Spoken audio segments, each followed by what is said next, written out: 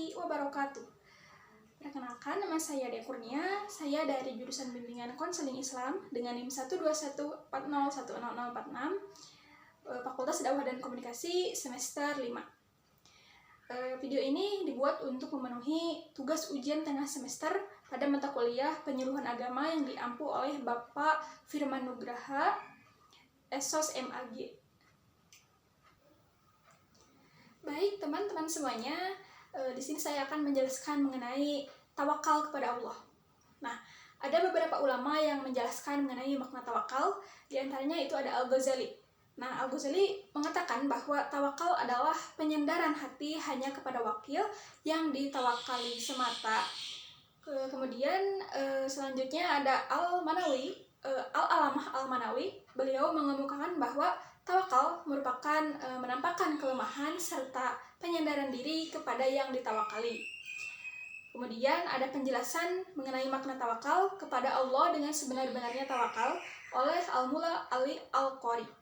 Beliau mengemukakan bahwa hendaknya kalian ketahui secara yakin bahwa tidak ada yang berbuat dalam alam wujud ini kecuali Allah Subhanahu wa Ta'ala, dan bahwa setiap yang ada di muka bumi ini, baik makhluk maupun rezeki, pemberian atau pelarangan, bahaya atau manfaat, kemiskinan atau kekayaan, sakit atau sehat, hidup atau mati, dan segala hal yang disebut sebagai sesuatu yang wujud atau ada, itu semuanya merupakan pemberian dari Allah Subhanahu wa Ta'ala.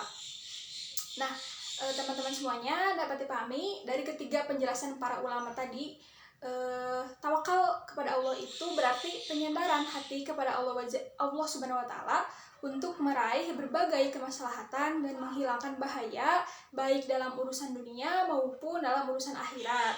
Menyerahkan semua urusan kita kepada Allah serta meyakini dengan sebenar-benarnya bahwa tidak ada yang memberi, menghalangi, mendatangkan bahaya dan mendatangkan manfaat kecuali Allah Subhanahu wa Ta'ala.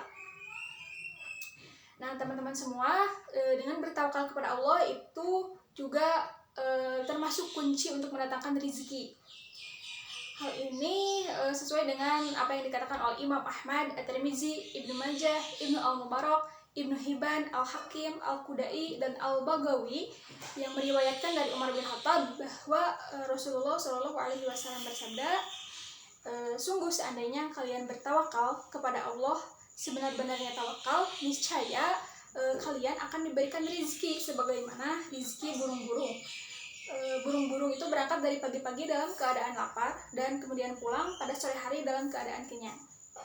Nah, dalam hadis yang mulia ini Rasulullah berbicara dengan wahyu menjelaskan bahwa orang yang bertawakal kepada Allah Subhanahu wa Ta'ala dengan sebenar-benarnya tawakal, maka niscaya dia akan diberikan rezeki oleh Allah Subhanahu wa Ta'ala sebagaimana burung-burung yang diberikannya rezeki. Nah, mengapa demikian, teman-teman? Karena dia itu telah bertawakal kepada Zat yang Maha Hidup, yang tidak pernah mati. Nah, oleh karena itu, barang siapa yang bertawakal kepadanya, niscaya Allah Subhanahu wa Ta'ala akan mencukupinya. Nah, Allah Subhanahu wa Ta'ala berfirman dalam Al-Qur'an surat At-Talaq ayat 3 yang artinya barang siapa yang bertawakal kepada Allah, niscaya Allah akan mencukupkan segala keperluannya.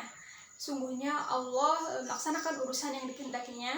Sesungguhnya Allah telah mengadakan ketentuan bagi tiap-tiap sesuatu.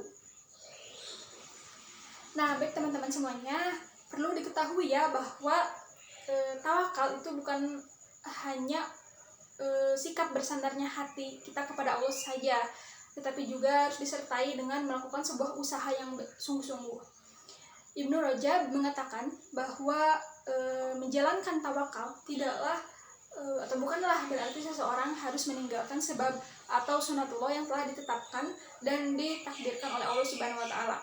Karena Allah telah memerintahkan kita untuk dapat melakukan usaha-usaha sekaligus juga memerintahkan kita untuk dapat bertawakal kepada Allah Subhanahu wa Ta'ala. Nah, oleh karena itu, teman-teman semuanya, usaha dengan anggota badan untuk meraih sebab itu termasuk ketaatan kepada Allah. Nah, sedangkan tawakal dengan hati itu merupakan keimanan kepada Allah. Ingatlah teman-teman semuanya bahwa tawakal bukan hanya untuk meraih kepentingan dunia,